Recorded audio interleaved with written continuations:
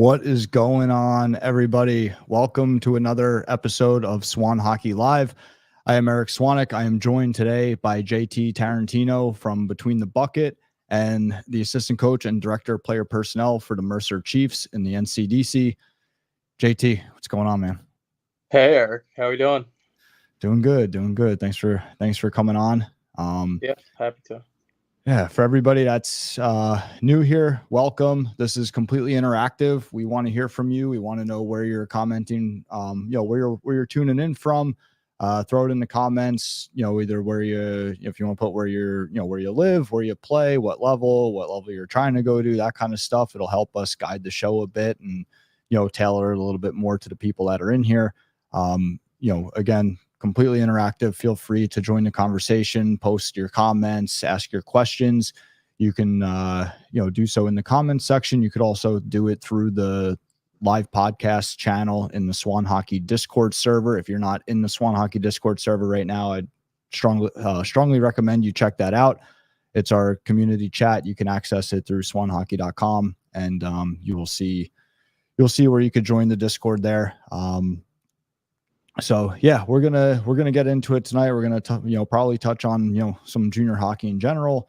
Obviously, a heavy emphasis on the the NCDC here, and learning more about JT and what he's doing there with the Chiefs and Between the Bucket.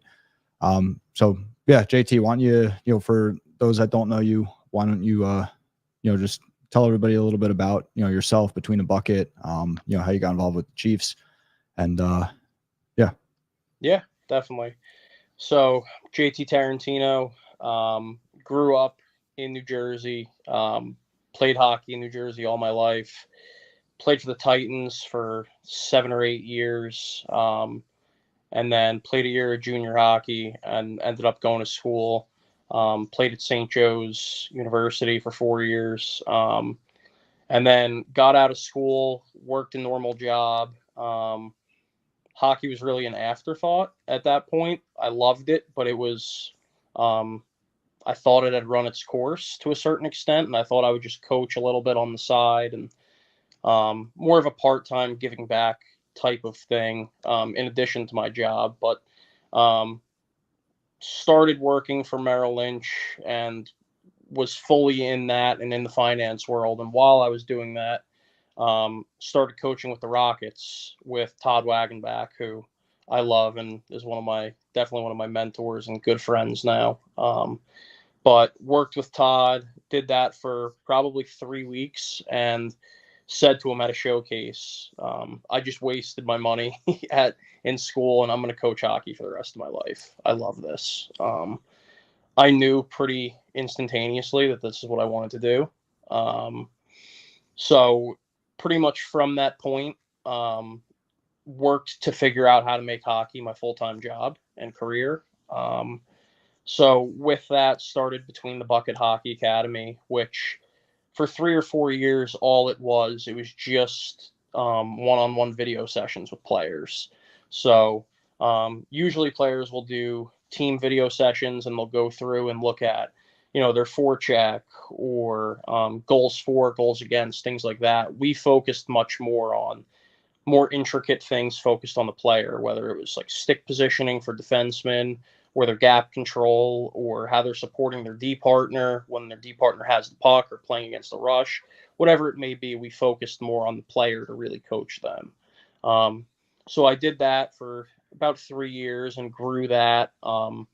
And while I was doing that, coached for the Rockets, ended up moving back to Philly where I went to school, coached for the Little Flyers, and then it was time to rip the Band-Aid off, for lack of a better term, at some point and leave finance and go full-time hockey. So did that about 2 years ago, right around when we found out my wife was pregnant with our daughter, Tilly. So since then, connected with Rob Broderick, who I had played against his teams growing up and had a ton of respect for, the teams he put together and how they played the game. So moved from Philly back to New Jersey and have been with Mercer for about 1.5 years now, which I've loved. Yeah, that's awesome. Yeah, so you've been with Mercer for about 1.5 years. Did you come right in to the NCDC team? Yeah. Yeah, so I came in. That was what I was hired for. Was purely NCDC. I had nothing to do with youth program at the time. Okay. All right. Yeah. And then now, for those that don't know, now you're obviously doing the NCDC team, assistant coach, director of player personnel, and then you're doing a bit in the youth as well, right? Yep. Yeah. So I'm head coaching our 15 peer team and our Bantam major team, the 2010s. So busy. Going to be a busy Yeah. year. Yeah, and it's kind of a unique situation too, because like obviously a lot of programs now are trying to you know attempt to grow from within and whatnot, and it's actually a really cool dynamic to be coaching, to be if you're a youth player, to be getting coached by the same one of the same guys that for the big team of the club that you're ultimately trying to make, right? Yeah. Like, so I guess time will kind of tell like how that translates in terms of like obviously with them knowing what you're expecting, knowing kind of, I don't know if you're running similar systems or whatnot, but just kind of that familiarity of, trying to grow from within. Well, they're playing for one of the same coaches. Yeah, definitely. It's not exactly the same, but there's definitely concepts that we take out of it. There are a lot of the things that we like to do. Myself and Rob have, talked about and spent hours and hours on figuring out how we want to, the identity of our team. Um, a lot of that definitely translates to the younger guys for sure. Yeah. Yeah. And it's, in the NCDC, obviously it's a hot topic right now. And, I don't even want you to comment on this, but, I'm just, for everybody watching, the NCDC, obviously it's going through, I don't know if a transition is the right word, but, so there's 3 new teams that have come over from the EHL, and those 3 teams are going to be pay to play. So you're going to have 3 pay to play teams in this tuition free league. And to my understanding, those 3 teams also are going to have a bigger roster and are allowed to carry more 20-year-olds on their roster. So that's been my understanding. So it's going to be interesting to see, the way the league, shapes up. I know some people are like, oh, it's crazy. And it's definitely different, but I think hockey in general is in such a transition period right now that, I mean, I can't say it's crazy. I mean, I think it, I think I see what they're doing, and I think they're growing the league. I think things are, I think, things in the hockey landscape are definitely taking a shift right now, like with the NCAA possibly allowing the major junior guys to play and all that kind of stuff. And just interesting times in, junior hockey in general. And I think I think it could be really exciting to see what is around the corner, but just something for everybody watching to know that the NCDC is, there are some changes this year, and that's probably at the top of the list. I don't think it's probably not the only thing changing, but that's probably at the top of the list right now. Now, so we were talking about like youth hockey to NCDC. What do you think, like as a coach, like what do you think is the biggest thing that maybe the most misunderstood thing from youth players trying to go to the NCDC level or to, tier 2 junior A level? Like what's the biggest thing that a lot of these guys like are missing, from your point of view as a coach in the league? For me, it's a pretty clear answer. I think how to play in the D zone. Honestly, I think it's something that's really important to me and Rob as well. I think there's such, and I don't think this is a bad thing. There's such an emphasis on skill development in youth, which Yeah. I think is good. But I also think you need to complement that with teaching guys how to play a 200-foot game. And I think that definitely, and a lot of these players that end up going to play tier 2 junior or even tier 1 junior, they're typically the top kids on their team at youth. And a lot of times those kids aren't held to the same standard, or they can get away with a little bit more offensively and not helping as much in the D zone, I would say. So I think instilling those habits, like for my 09s and 10s, that's something the first 2 months is going to be drilling into their head. I don't care how skilled you are, if you're number 1 or number 18 on our team, Yeah. In talent, you're playing in the D zone and you're playing as a part of this team, and not making them robotic in any way, but just making sure that there's some structure and they're supporting back in the D zone. It's super important, and I think every year you see kids that really impress in camp, because they're able to score a couple highlight reel goals or make a couple really nice offensive plays. And then once Yeah. they get into that higher level where it's more consistent, you start to see who can really play a 200-foot game. Yeah. And do you think that's in terms of the guys that try to go to the next level and don't bring that 200-foot game, do you think that's more of a skill thing, like they don't know how to, or do you think it's more of like a mentality thing, like they don't think to do it, like a hockey sense type thing, like where it's like, oh, I never approached a game like that. I was just always, my focus was always scoring goals. I never even, Yeah, thought I of it. think. Yeah, I think it's more of a mentality thing. Yeah. I really do. I think it's once, and we've had a couple guys like that where we bring in and we know they need work in the D zone. But when you get a talented player, I mean, there's nothing wrong with getting a guy that needs to work on the D zone. It's just they need to be willing to make the adjustments that you go through in film. Yeah. So I think it's definitely a mentality thing, and I think it's just a change of role for guys too. Sometimes where they're used to being a top line guy, and then if they come in as a 17, 18-year old and they're in more of a third, fourth line role, maybe penalty killing or whatever it may be. It's just learning how to adjust their game. I mean, my brother's a perfect example. He's 24. He just graduated from UMass Dartmouth, NCAA D3, and he was a 50, 60 point guy in junior. And he got to school, and they were, it was the COVID year, and they were flooded with forwards, and his best path to playing was playing defense. So he went from being an Yeah. offensive forward to then all of a sudden being a shot blocking, penalty killing defenseman, which I never would have predicted. But to his credit, he knew he had to adapt. So Yeah, absolutely. And like, to that point, and I've said this, a few times before, pretty much everybody, depending on what your goals are, pretty much everybody, like if you want to continue to play at the highest level you can, pretty much everybody has to change their role at some point, right? You got what, like 32 teams in the NHL. So their top 6 forwards, right? You have 32 teams times 6 forwards. Those are the amount of guys in this world that don't have to change their role. Everybody else in the world has 2 choices. You either change your role and keep moving up, or you don't change your role and you play at a low enough level where you could be the guy. The choice is yours, right? But there's no shame in changing your role, because like, there's, 32 times 6. That's the amount of guys in this world that don't have to change their role and still get to play at the highest level possible. yeah, So it's important. Like, I think that's important for everybody to realize, is that sooner or later, for most guys, it's gonna it has to happen if you want to continue to move up. I'm not saying you can't be one of those guys, right? Of course you can, but there's no shame in doing it. And like I said, of course you can be one of those guys. Like, everything's possible.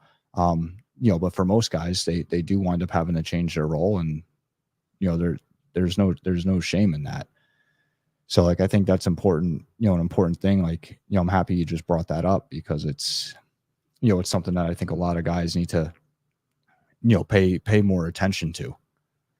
yeah, So, but yeah, and I know there's going to be people that watch this that, are like, oh, well, so-and-so, and, in this league or whatever, doesn't play defense, and he's, they're still playing him all the time. And it's like, well, can you get away with only playing offense? Sure. You better put up 120 points. exactly. Like, so like, again, like if you're saying, like, if you're using that as the excuse, or like, that's like, I want to be that guy. Well, you better be that guy. And anything short of being that guy is going to result in, see you later. Yeah, and that's I tell guys, like, not everybody has to be a Selkie winner, right? Like Yeah. you don't have to be the best defender in the world, but you need to you know, Be accountable. yeah, exactly. Be accountable and put the effort in. I'm fine with mistakes. I really am. Like, guys, we're not a coaching staff that, gets on guys for mistakes at all. We just, as long as the effort and the intent is there, and we're not making the same mistakes over and over again. Like, that's what we care. Yeah, exactly. I mean, like, mistakes are, like, I always tell guys all the time, like, mistakes are going to happen. Like, that's, like, it's a game, right? Like, you could do everything right and still get burned. Somebody has one move better than you do at the moment. Like, that's why it's a game. Yeah.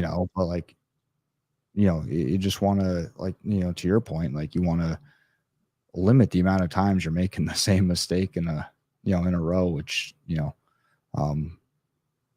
but yeah. So, Yeah. I mean, how do you feel your summer, like, how's your summer recruiting been going? It's good.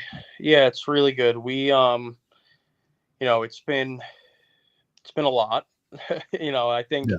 Rob Broderick, our head coach, does a great job of identifying guys that fit the system and fit what we're looking for. And he has a great eye for talent. So I'm always impressed with who we have coming in for camp. I think for us this year, we have, we have some good defensemen coming back. We have a couple strong forwards coming back from last year. But just like any team in junior, there's going to be a decent amount of turnover. So for us, it's just finding those guys that really fit the culture that we're building. Yeah. I think for us, like, the culture is really putting the person before the player. And that's a cliche, and I'm sure people will be like, yeah, sure. Okay. But we really do. Like, we make sure we take the time to speak with all of the players, get to know them at camp. We're on the bench during camp, having conversations with them. We'll call guys before camp and get to know them a little bit. Yeah. For us, it's, and I think knowing the guys are the right character fit for your team really helps carry you in, when it's do or die in playoff time. Like, we had a great series with the Rockets this year. They had a really, highly skilled team. We got blown out in game 1. And I think a lot of teams would have folded. We got beat 6-1. They beat us in every area of the ice.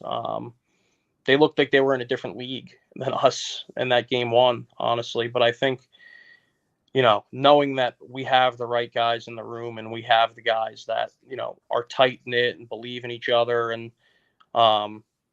respond well to getting punched in the mouth, we were able to, win a tight game 2 and then win a tight game 3 at home and move on. Yeah. So, and I think that's, and the year prior, beating the regular season champs and the Hitmen, that, same type of thing. I think we, Rob leads it, and I help him in that, and it's building that resiliency and that it's being one of the highest character teams that you could put out there. So yeah. Because like that stuff, like, it really is, like, I mean, it's definitely hard to teach. I mean, a lot of it, I don't even know if you can teach it. Like a lot of, like, it's mentality, right? Like, it's, that, like what you said, the resilience, right? Like, you get beat, like, it's not, it's not everybody that can kind of just, like, shake it off and be like, all right, like, that's not going to linger in the back of my head this next game. I'm not going to, because, like, I mean, your perspective is, like, everything, right? Like, going into a game and, like, your mental state and everything, like, it affects, it affects everything so much, so the guys that are able to maintain that correct, frame of mind, it definitely, it's definitely an advantage. I mean, because it's just like anything else, right? Like, I say it all the time, like, hockey's no different than anything else in life. And you're always gonna have a better result when you're having fun, right? Like, when you're doing something like when you're enjoying yourself, when you're having fun, it's easier to work harder. It's easier to work harder for longer. It's, it's like, it's the same thing on the ice, right? Like, when you're, if you're out there and you're like, oh shit, like, here we go again, right? Like, it's just, you're not going to have the same energy output. Like, it's hard. Like, even if you're giving it your all, if you're in that negative frame of mind, it's just like, here we go again. Like, it's hard to perform like that. So to have those guys, and it's a hard lesson to learn, right? Like, so to have those guys that are able to just like, out of sight, out of mind, they're able to just flip the page after a bad game, and they're able to just, and they're genuinely out there enjoying themselves, having fun. Like, you're going to get a better output, and you're going to win, you're going to win more games. Like, I think that's important for everybody, that's listening. Like, I think, like, and it's a hard lesson to learn. It's an extremely hard lesson to learn. It's a hard thing to accept and embrace and to actually execute. But, everybody always talks about like resiliency and this and that, but like nobody ever like dives into it, and I think that it's important for guys listening to, to realize kind of like, why your frame of mind matters, why, like everybody says, oh, turn the page, but okay, but why, right? Like, how does it affect if you don't turn the page, right? And like, so that's why I'm happy we're talking about some of this kind of stuff, because I find there's so many things that, people say in this game that are just almost kind of like catchphrases, but nobody ever tells players why, like, another one is like, everybody always says like, oh, practice like it's a game. Well, that's great.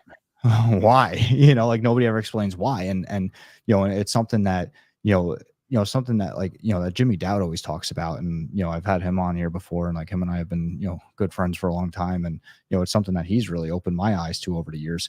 It's just like, like everybody tells these kids, like, practice like it's a game, but nobody tells them why. Nobody like explains like, hey, it's muscle memory. You're every time, you're always getting better. You're getting worse. You're never staying the same. And, you're gonna do something, 400 times throughout the week at practice.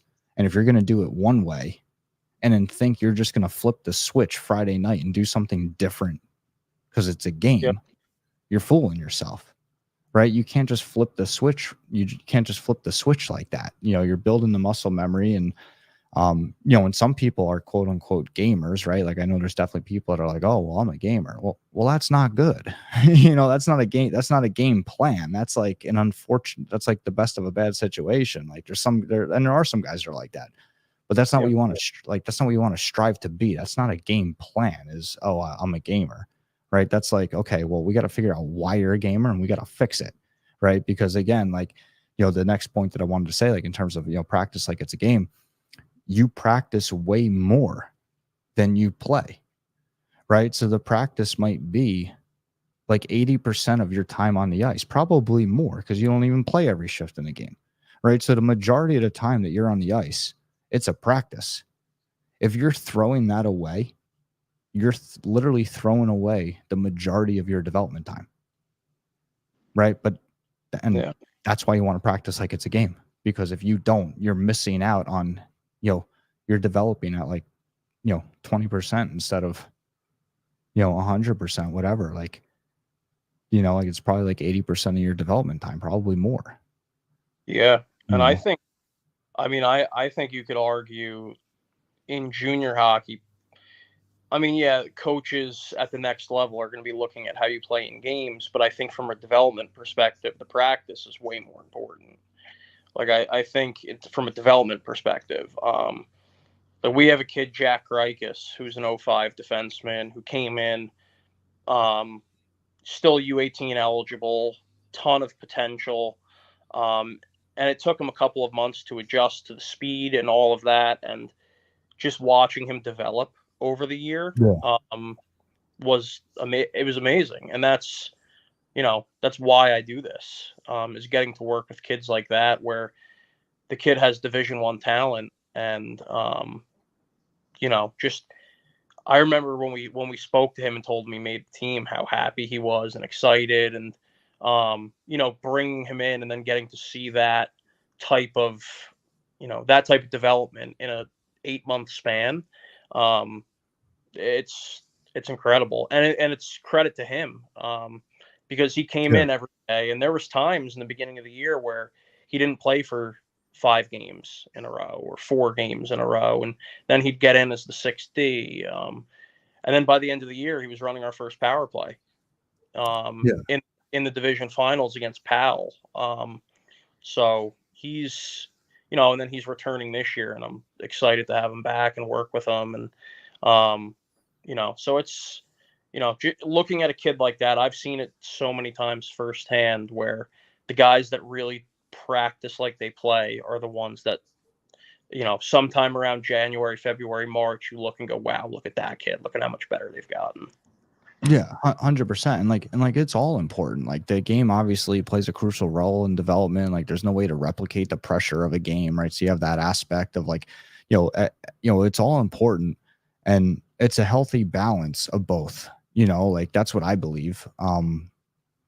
Because here's the other thing that people forget: like you got to do something to get yourself into the game, right? And it usually starts with the coach. Just like you just said now, right? Wow, look at that kid. Look how much better he's got. Right?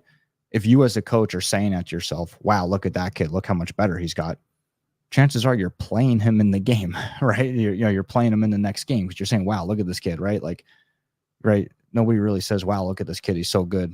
Yeah, let's scratch him. This is gonna be funny, right? Yeah. Like, it's like it's really, like I always tell people, like it's very, very simple. Prove to the coach you can help him win hockey games.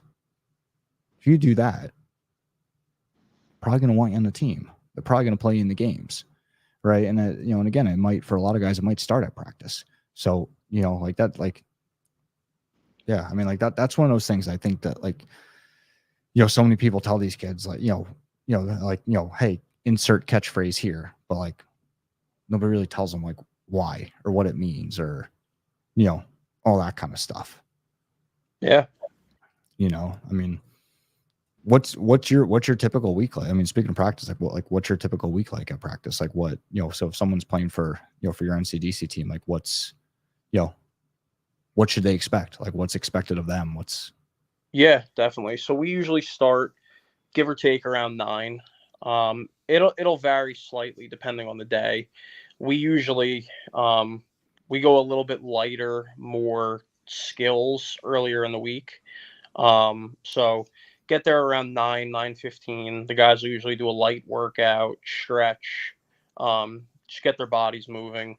Then from there, we'll go into video around 10:15, 10:30. So I run all the video sessions.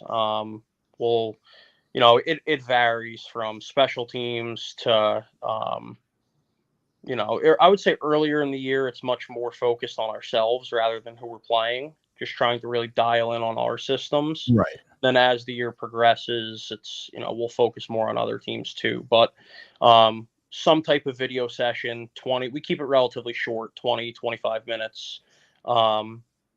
Jump on the ice, then we'll either do one long session or 2 shorter sessions.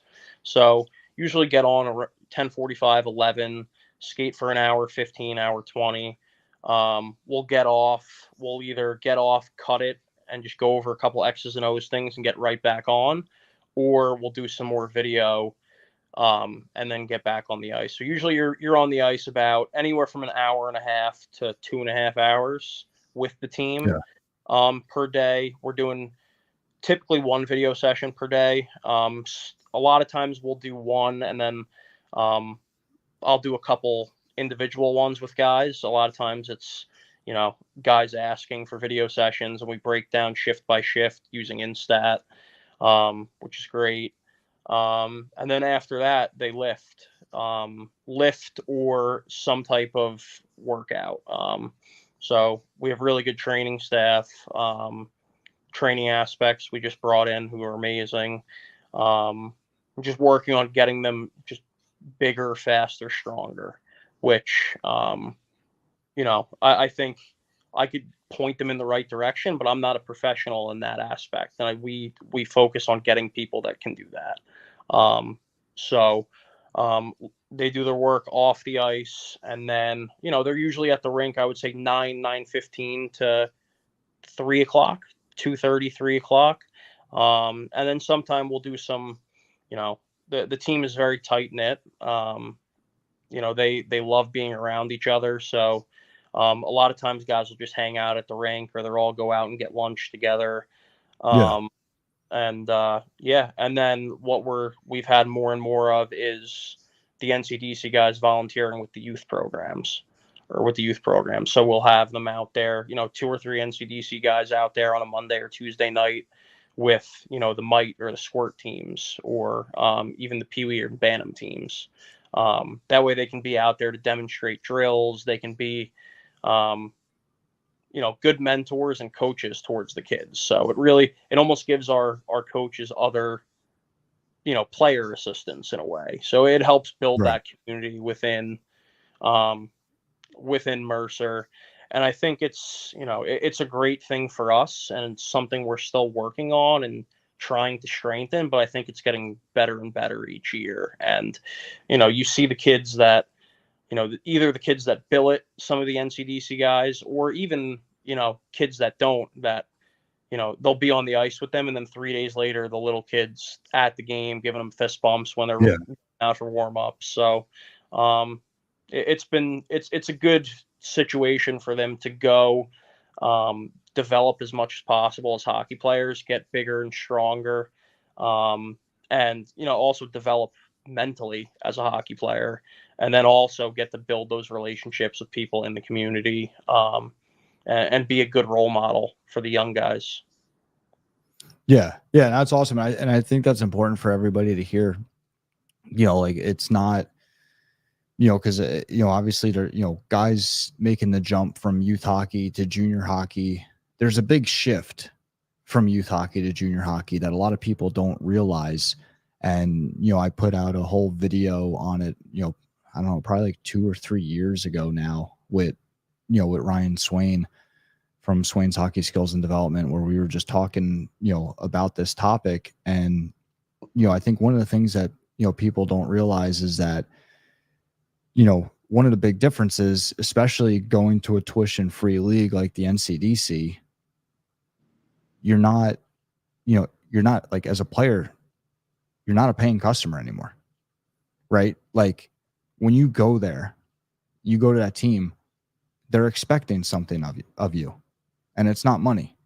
It's your performance, you working your ass off, right? So I think that's important for people to realize and to hear, like JT just laid out, their schedule. And I'm sure that there, a lot of programs have a similar schedule.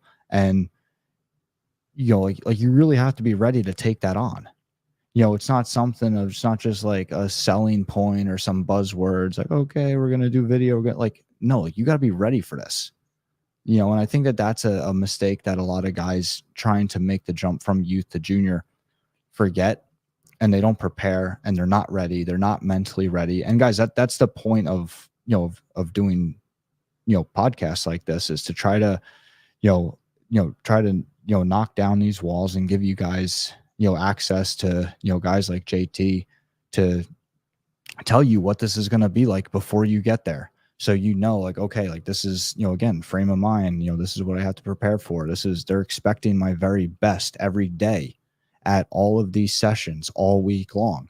And I mean, and look, and if you love it, if you truly love this, like, it's not work, like, so it's not something that, should scare anybody. I mean, if it does scare you and that sounds miserable, well, you might be, maybe that's not the path for you, right? Maybe something lower level or something else, like, which there's no shame in that either. I mean, there's way more to life than hockey.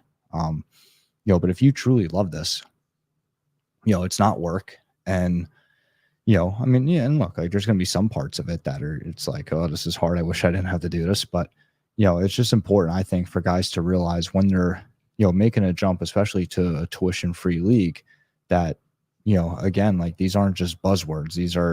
This is expected of you. Like, you're expected to perform, and you got to be, you got to be ready for it. And, even at like, upper levels and like pro hockey and even in junior hockey, like, you'll see guys are, really, really preparing their bodies each and every day to give their best at practice, right? Going back to our other point, practice like it's a game, right? Like, you have guys that are there an hour before practice, getting their bodies ready to practice. And then they're, cooling down after practice, with the recovery, getting their bodies ready for the next day. Like, it's, so like, I think that's a very important, very important aspect of this for a lot of guys to realize, to realize now, when you're, when you're trying to make that jump from youth to junior hockey.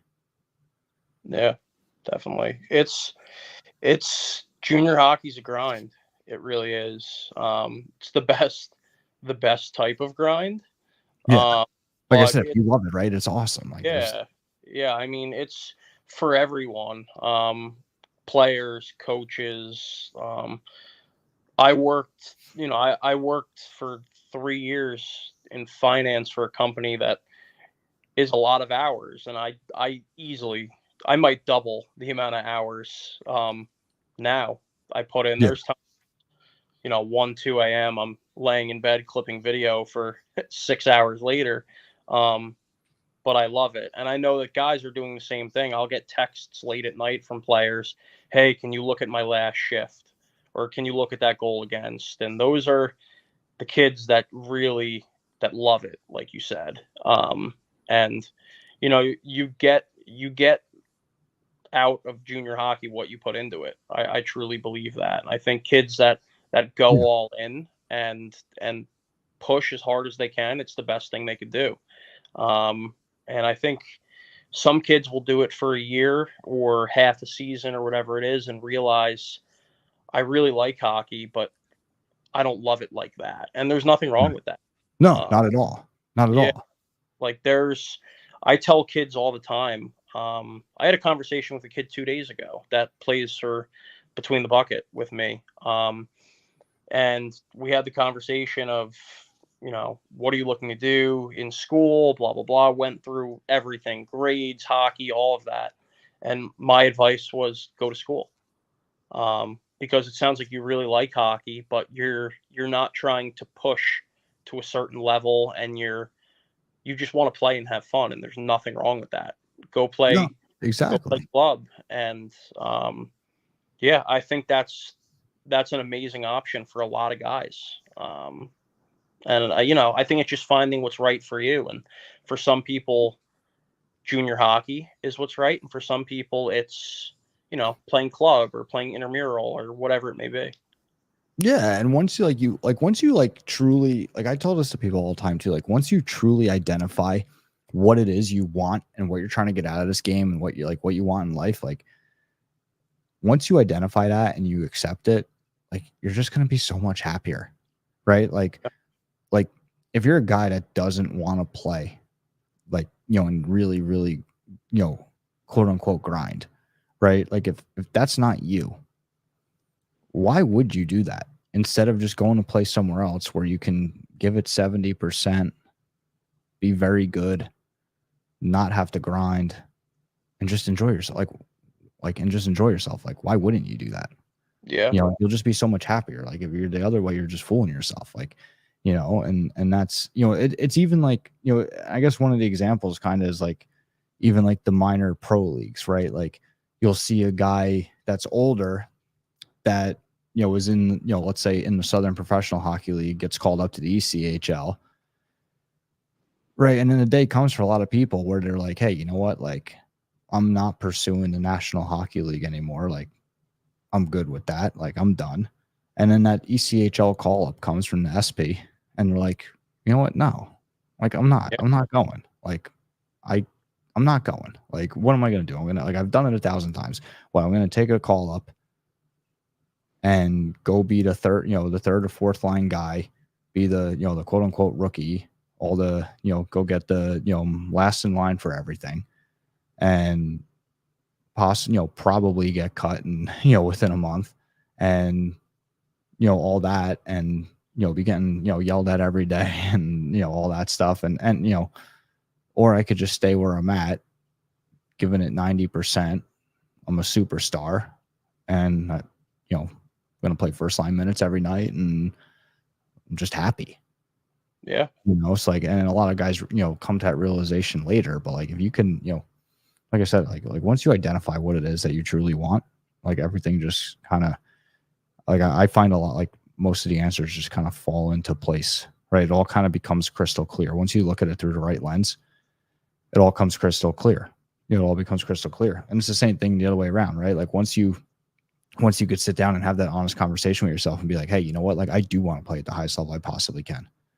Okay, now it's crystal clear, right? It's easy to get up and go, again, quote unquote, grind and all that stuff. So like, I think that's, the biggest thing for, I think that's like a great starting point for most guys out there is, especially this time of year, like you guys are spending lots of money on, tryouts and hotels and flights and showcases and all this other stuff. Like, have an honest conversation with yourself of, okay, what do I truly want? Right. And then once you could identify that, everything's going to kind of get crystal clear as to what you're going to do. And then, okay, now you want to go to the showcases, you want to go to tryouts. Okay, well, now you're going to bust your ass and prepare for those things, and all that other stuff. So like, I think I think a lot of times people just kind of have to like take a step back, simplify things, give it an honest look in the mirror. And I think you'll find a lot of your answers. Yeah, absolutely.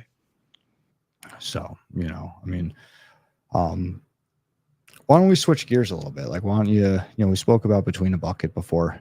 Why don't you elaborate on it a little bit more, like in terms of, like, obviously, for guys that don't know, like, JT does a lot of, summer teams and everything. And, you and I have been talking a lot about that lately over the course of the year. I saw you in Boston for pre-draft showcase. And obviously we've been talking about Junior Chowder Cup this week and all that other stuff. Yep. And then you're in Boston now, right? Yeah. Yep. Yeah. I should just get a house in Boston in July. If they did a month rental for July, I would be all over it. Yeah, no, so Between the Bucket is my company. It's taken a different look over the past year and a half, 2 years, I would say. What I founded it as is still very much the focus, which is increasing hockey IQ for players by using video.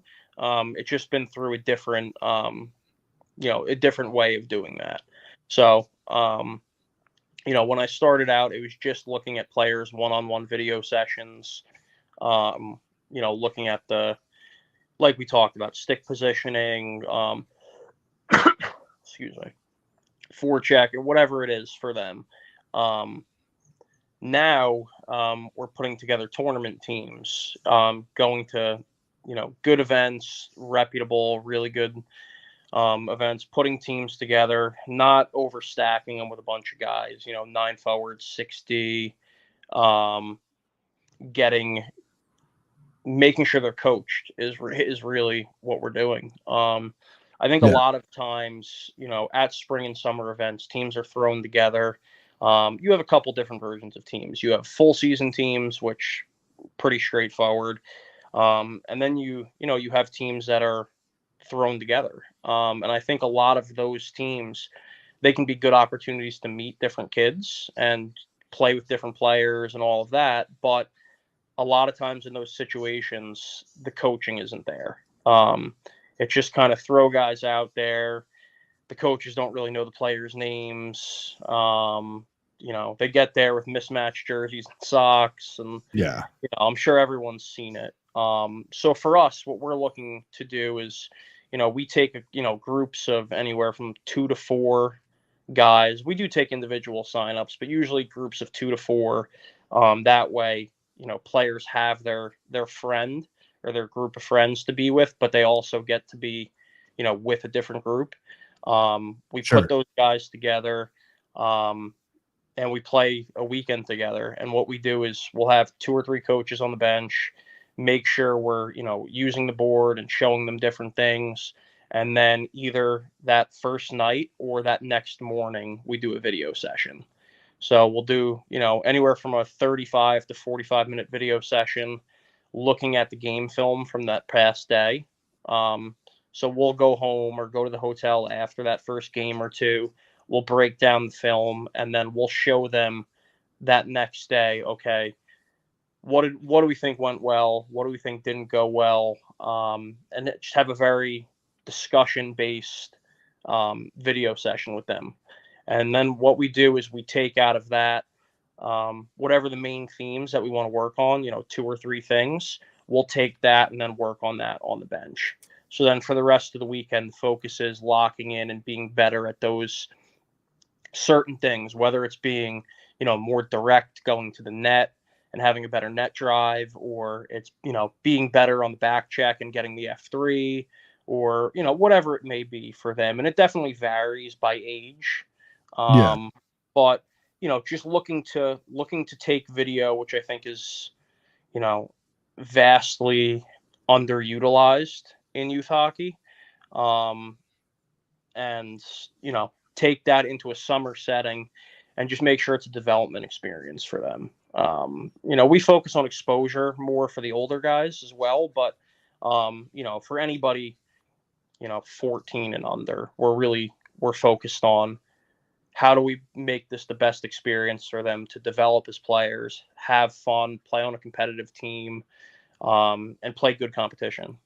Yeah, for sure. And like, obviously, like, I mean, obviously you and I think a lot alike in the, in those aspects. That's why, we get along, and that's why we're doing this. And, Yeah. cause I mean, like, like obviously like with our summer, teams at Swan Hockey, like obviously it's a lot of the same, mentality. Now, like, obviously, my emphasis a lot is, a lot on the exposure part and a lot on the, education part of, the hockey, navigating the hockey path, what's out there, that kind of stuff.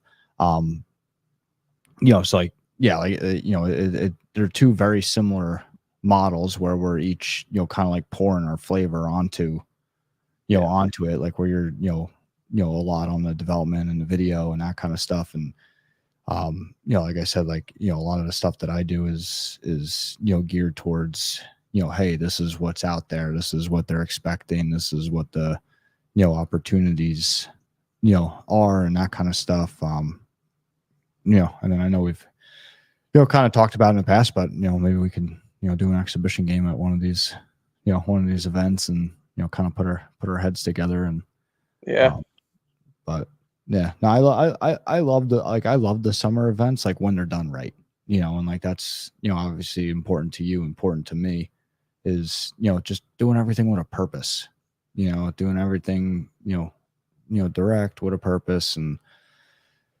all that, all that kind of stuff. So, but yeah, so I know on my side, we're doing the 09s, we're doing the, the junior chowder cup in a couple weeks, the 09s. Still looking around at the roster. So any 09s that want to play, let me know, and we'll have a discussion. We could have a discussion. And you're doing the remaining 3, right? Mini, senior, and junior. Yeah. So we're up here. I'm coaching mini tomorrow, Saturday, Sunday with my brother. Then we have senior chowder. Then we have junior, and then we have one more for younger guys, 12s and 13s, CCM summer invite up in Boston. So nice. Yeah, it'll be a busy month between that. Yeah. Our Mercer NCDC main camp. We have show. When you guys start the 31st for Mercer? 29th. 29th. Yeah, 29th, July 29th to August 2nd. So, yeah, so that'll be, should be a really good camp. Some great guys signed up, so I'm looking forward to that. Yeah, that's awesome. What's are you guys playing the West at all this year? They are doing crossover, right? A showcase, like almost kind of like how the NA does Blaine. Yeah, I know they're looking at that. Schedule is still being finalized.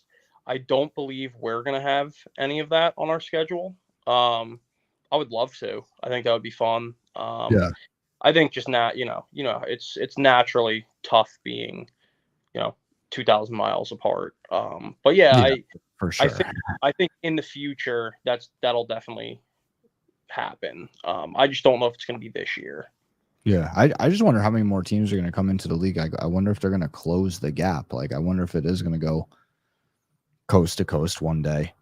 Yeah. I mean, I don't, Yeah, I mean, I don't have insight on that, but you would think. I think with the West expansion, it makes sense. Definitely. Yeah, I'm interested to see who's going to get to the Southeast first. Like I feel like that's just been lingering there for so many years now, and I don't know if there's a reason that everybody's staying away from it. Like, I don't know if there's like, I don't know. Oh, we got where's Murray in the chat to answer. That's really funny. That's so Greta's our social media person for Mercer. Okay. job. So I clicked in and I'm like, who said that? And then I saw the that makes sense.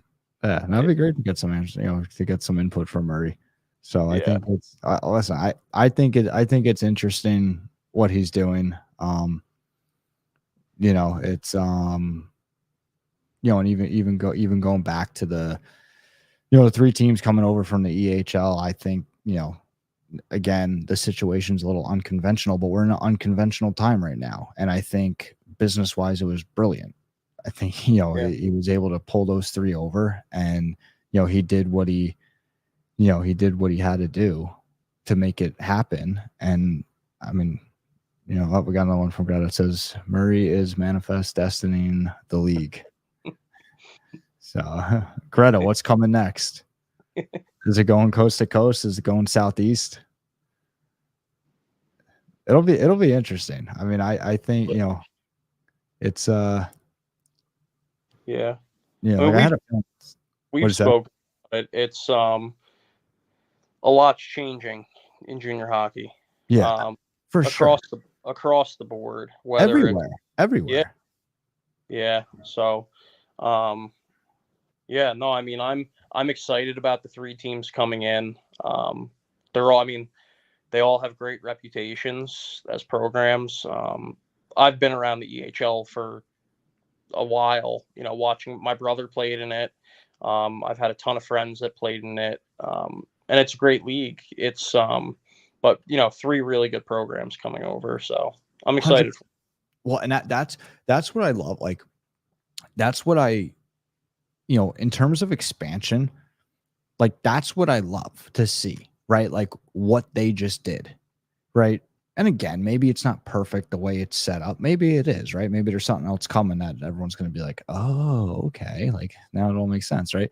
But like you got so many leagues expanding.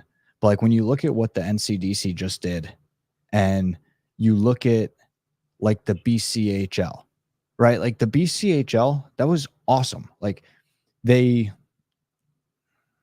just lost JT. I'm sure he'll be back. But where I was going with this is like the BCHL, they expanded and they took five, or whatever it was. I think it was five. They took five existing teams, like good teams, right? So they didn't quote unquote like water down junior hockey. They took five pre-existing organizations and brought them into the BCHL, right? And looks like JT's come back. And let's get him back. Here we go. I'm back. He's back. We're back. I don't really know what happened there, but I'm back. Yeah. Oh no, he's back. Yeah. So what I was just saying is like what I love to see, like like when expansion is done this way, like where like you look at the BCHL, they just expanded, but they took, I think it was five pre-existing organizations, right? They didn't quote unquote water everything down. They were like, okay, there's five teams. I think, five of the AJ's best. And they took those teams, right? Or maybe took's not the right word, right? Nobody you don't take anything, right? The AJ has to ask themselves why those teams wanted to leave, right? But the BCHL was able to pull five teams, grow their league by five and, junior, that area doesn't get watered down, right? It's the same thing here with the NCDC, right? So they were able to bring three brand new teams into the, new to the NCDC, three new teams into the NCDC without creating, new teams. Yeah. Right. They took pre-existing teams that were doing very well somewhere else and brought them into the NCDC. It's like I think it's really cool to see. I think that's like that's like a win in terms of expansion. Because you're expanding your league by taking, and again, I use the term taking loosely, but you're expanding your league by taking high-end, product from somewhere else. Yeah. So, I think it's interesting. And my bold prediction, not that I think it's coming next, but I won't be surprised if you see maybe not all, but a chunk of the CCHL join the NCDC. I think it's very possible that that's coming one day. That would be interesting. That would be pretty cool. Yeah, I think it's because there's a lot. Oh, we got another comment here. My brother also played in the EHL. Where'd your brother play? Throw it in there. But yeah, so I'd say yeah, someone here, brother played in the EHL. Yeah, EHL. It's I mean, look, they've been having success over the years, but yeah, I think the CCHL. I think you see. I wouldn't be surprised if you see some teams from that league join the NCDC. Yeah, I mean, I wouldn't mind a road trip up there. Yeah, like, well, 3-3. Yeah, up in, that'd be yeah. fun. Well, I think it fit. I think I mean, if I think it fits the footprint. Like, I mean, it'd be expanding the footprint, but it's not like, like it's there. And then I think, there was a group in Ottawa. I think a few of those CCHL teams, they tried starting their own junior B league not too long ago. I don't know if it's still around, but they've already kind of dabbled with going independent. And from what I heard, there's like 40 programs, like 40 junior A teams, and between junior A and junior B, I think like 40 organizations in Canada that are like threatening to leave Hockey Canada, like follow suit with the BCHL. Yeah, so I guess naturally that would make sense. Yeah, like there's been talk about the BCHL expanding out east. I mean, I haven't heard that from anybody in the BCHL. It's just stuff I've heard around, but yeah, no, I think I would not be surprised if that Ottawa region in part joins the NCDC. Yeah. I would love that. That'd be great. It'd be interesting for sure. I mean, and again, like they just put that whole Canadian division in the Premier, so I mean, it's true. You never know. Valley Junior Warriors is where his brother played, or her brother played. I don't know. Just says BVHS Hockey 14. Nice. But yeah, their brother played Valley Junior Warriors. So nice. But yeah, we're at an hour, guys. And these we're gonna keep these episodes to an hour. This way, you guys all know what to expect every Thursday. But every Thursday night, we're here 9 p.m. Eastern. Next week, we're gonna be joined by Cam Robichaux. He's the head coach of the New Hampshire Mountain Kings in the North American League, and his assistant coach, Trevor, who's awesome. Trevor's going to come on too. We haven't asked Trevor yet. We just decided Trevor was coming on. So, yeah. And I was talking to Cam. I'm like, hey, you think Trevor, you think Trevor wants to come on too? He's like, yeah, he'll come on. He's coming on. I'm like, all right. Yeah. I know Roby. He's a great guy. I met him last year at World Selects. I was down there for a couple days in Nashville with him. So yeah, great guy. Yeah, no, he's awesome. He's awesome. And I've known him for, probably might be coming up to like 10 years now. But wow. Yeah, no, we always have a good time. Like, I mean, half our phone calls could have been podcasts.